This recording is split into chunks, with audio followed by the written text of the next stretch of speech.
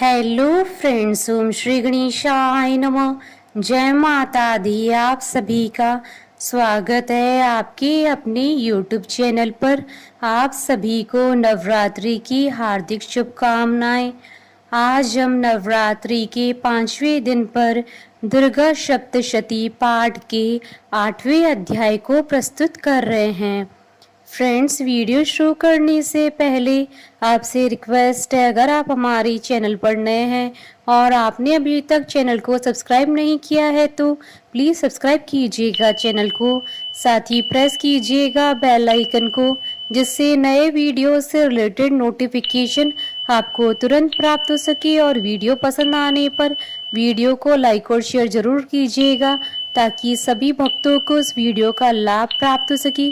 और comment box में जय माता दी जरूर लिखिएगा। या देवी सर्वभूतेषु शक्ति रूपेण संस्थिता नमस्तस्यै नमस्तस्यै नमस्तस्यै नमो नमः। 8वां अध्याय प्रारंभ। रक्त बीज का वध। महर्षि मेधा ने कहा, चंड और मुंड नामक असुरों के मारे जाने से और बहुत सी सेना के नष्ट हो जाने से असुरों के राजा प्रतापी शुंभ ने क्रोध युक्त होकर अपनी संपूर्ण सेना को युद्ध के लिए तैयार होने की आज्ञा दी। उसने कहा, अब उदयुद्ध नामक 86 असुर सेनापति सेनाओं के साथ युद्ध के लिए जाएं, और कंबू नामक 84 सेनापति भी युद्ध के लिए जाएं, और कोटि वीर्य नामक 50 सेनापति और धौम्रकुल नाम के 100 सेनापति प्रस्थान करें।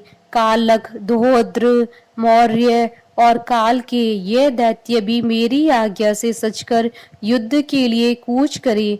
भयानक शासन करने वाला असुरों का स्वामी शुंभ इस प्रकार आज्ञा देकर बहुत बड़ी सेना के साथ युद्ध के लिए चला। उसकी सेना को अपनी ओर आता देखकर चंडिका ने अपनी धनुष की टंकार से पृथ्वी और आकाश के बीच का बाग गुंजा दिया। हे राजन, इसके पश्चात देवी के सिंह ने दहाड़ना आरंभ कर दिया, और अंबिका के घंटे के शब्दों ने उस ध्वनि को और भी बढ़ा दिया। धनुष की टंकार, शेर की दहाड़ और घंटे के शब्द से पृथ्वी और आकाश के बीच का बाग गूंज उठा, और इसके साथ ही देवी ने अपने मुख को और भी भयानक बना लिया। ऐसे भयंकर शब्द को सुनकर राक्षसी सेना ने देवी तथा सिंह को चारों ओर से घेर लिया।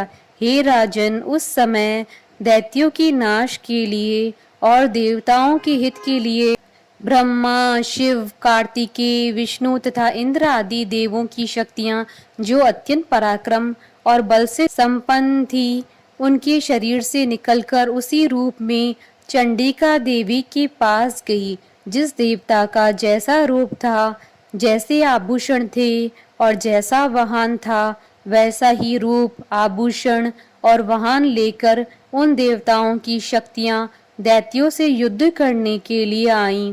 हंस युक्त विमान में बैठकर और रुद्राक्ष की माला तथा कमंडल धारण करके ब्रह्मा जी की शक्ति आई। वृषभ पर सवार होकर, हाथ में त्रिशूल लेकर, महानाग का कंकण पहनकर और चंद्र रेखा से भूषित होकर भगवान शंकर की शक्ति माहेश्वरी आई, और मोर पर आरूढ़ होकर हाथ में शक्ति लिए दैत्यों से युद्ध करने के लिए कार्तिकेय जी की शक्ति उन्हीं का रूप धारण करके आई।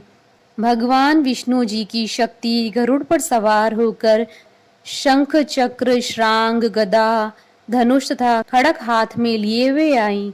श्री हरि की शक्ति वराही, वराह का शरीर धारण करके आई, और नरसिंह के समान शरीर धारण करके उनकी शक्ति नारसिंही भी आई।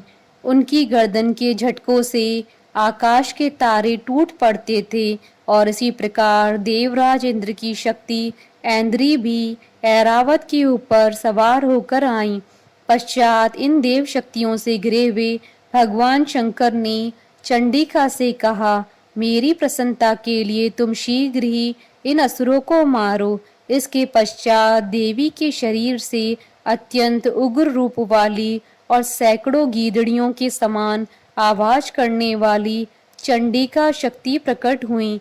उस अपराजिता देवी ने धूमिल जटा वाले भगवान श्री शंकर जी से कहा, हे प्रभु, आप मेरी ओर से दूत बनकर शुंभ और निशुंभ के पास जाइए और उन अत्यंत गर्वीले दैत्यों से कहिए तथा उनके अतिरिक्त और भी जो दैत्य वहां युद्ध के लिए उपस्थित हों उनसे भी कहिए, जो तुम्हें अपने जीवित रहने की इच्छा हो तो त्रिलोकी का राज्य इंद्र को दे दो। देवताओं को उनका यज्ञ भाग मिलना आरंभ हो जाए और तुम पाताल को लौट जाओ।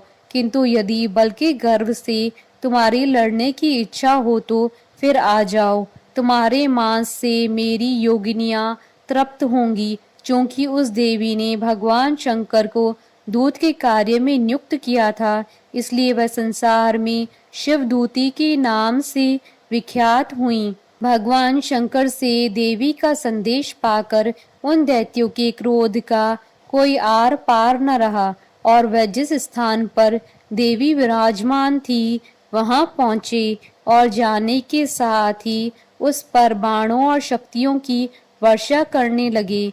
देवी ने उनके फेंके हुए बाणों, शक्तियों, त्रिशूल और फरसों को अपने बाणों से काट डाला और काली देवी उस देवी के साथ आगे खड़ी होकर शत्रुओं को त्रिशूल से विदीर्ण करने लगी और खटवांग से कुचलने लगी।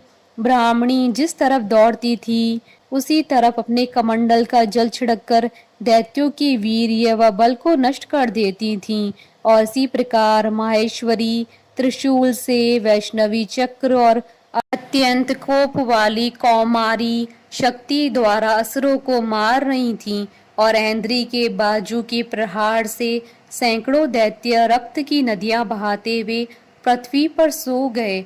वराही ने कितने ही राक्षसों को अपनी थूथन द्वारा मृत्यु के घाट उतार दिया। दाढ़ों के अग्रभाग से कितने ही राक्षसों की छाती को चीर डाला और चक्र की चोट से कितनों को ही विदीर्ण करके धरती पर डाल दिया। बड़े बड़े राक्षसों को नारसिंही अपने नखों से विदीर्ण करके भक्षण कर रही थी और सिंहनाद से चारों दिशाओं को गूंजाती हुई रणभूमि में विचर रही थी। शिवदूती के प्रचंड अट्टहास से कितने ही दैत्य भयभीत होकर पृथ्वी पर गिर पड़े और उनके गिरते ही वह उनको भक्षण कर गईं। इस तरह क्रोध में भरे हुए मातृगणों द्वारा नाना प्रकार के उपायों से बड़े बड़े असुरों को मरते हुए देखकर राक्षसी सेना भाग खड़ी हुई और उनको इस प्रकार भागता देखकर रक्त बीज नामक महापराक्रमी राक्षस क्रोध में भरकर युद्ध के लिए आगे बढ़ा। उसके शरीर से रक्त की बूंदें पृथ्वी पर जैसे ही गिरती थी, तुरंत ही वैसे शरीर वाला तथा वैसा ही बलवान दैत्य पृथ्वी से उत्पन्न हो जाता था। रक्त बीज गदा हाथ में लेकर ऐन्द्री के साथ युद्ध करने लगा। जब ऐन्द्री शक्ति ने अपने वज्र से उसको मारा तो घायल होने के कारण उसके शरीर से बहुत सा रक्त बहने लगा और उसकी प्रत्येक बूंद से उसके समान ही बलवान तथा महापराक्रमी अनेकों दैत्य भयंकर रूप से प्रकट हो गए। वह सबके सब दैत्य बीज के समान ही बलवान तेज वाले थे। वह भी भयंकर अस्त्र शस्त्र लेकर देवियों के साथ लड़ने लगे। जब ऐन्द्री के वज्र प्रहार से उसके मस्तक पर चोट लगी और रक्त बहने लगा तो उसमें से हजारों ही पुरुष उत्पन्न हो गए। वैष्णवी ने चक्र से और ऐन्द्री ने गदा से रक्त बीज को चोट पहुंचाई और वैष्णवी के चक्र से घायल होने पर उसके शरीर से जो रक्त बहा उससे हजारों महाअसुर उत्पन्न हुए, जिनके द्वारा यह जगत व्याप्त हो गया। कौमुरी ने शक्ति से, वराही ने खड़ग से और माहेश्वरी ने त्रिशूल से उसको घायल किया। इस प्रकार क्रोध में भरकर उस महादैत्य ने सब मात्र शक्तियों पर पृथक पृथक गदा से प्रहार किया और माताओं ने शक्ति तथा शूल इत्यादि से उसको बार बार घायल किया। उससे सैकड़ों महादैत्य उत्पन्न हुए और इस प्रकार उस रक्त बीज के रुधिर से उत्पन्न हुए असुरों से संपूर्ण जगत व्याप्त हो गया। जिससे देवताओं को भय हुआ। देवताओं को भयभीत देखकर चंडिका ने काली से कहा, हे चामुंडे, अपने मुख को बड़ा करो और मेरे शस्त्रघात से उत्पन्न हुए रक्त बिंदुओं तथा रक्त बिंदुओं से उत्पन्न हुए महासुरों को तुम अपने इस मुख में भक्षण करती जाओ। इस प्रकार रक्त बिंदुओं से उत्पन्न हुए महादैत्यों को भक्षण करती हुई तुम रणभूमि में विचरो। इस प्रकार रक्त क्षीण होने से यह दैत्य नष्ट हो जाएगा। तुम्हारे भक्षण करने के कारण अन्य दैत्य नहीं होंगे। काली से इस प्रकार कहकर चंडिका देवी ने रक्त बीज पर अपने त्रिशूल से प्रहार किया और काली देवी ने अपने मुख में उसका रक्त ले लिया। तब उसने गदा से चंडिका पर प्रहार किया।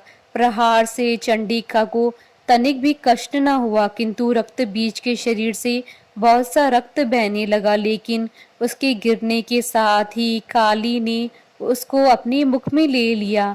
काली के मुख में उस रक्त से जो असुर उत्पन्न हुए उनको उसने भक्षण कर लिया और रक्त को पीती हुई तदंतर देवी ने रक्त बीज को, जिसका की खून काली ने पिया था, चंडिका ने उस दैत्य को वज्र, बाण, खड़ग तथा दृष्टि इत्यादि से मार डाला।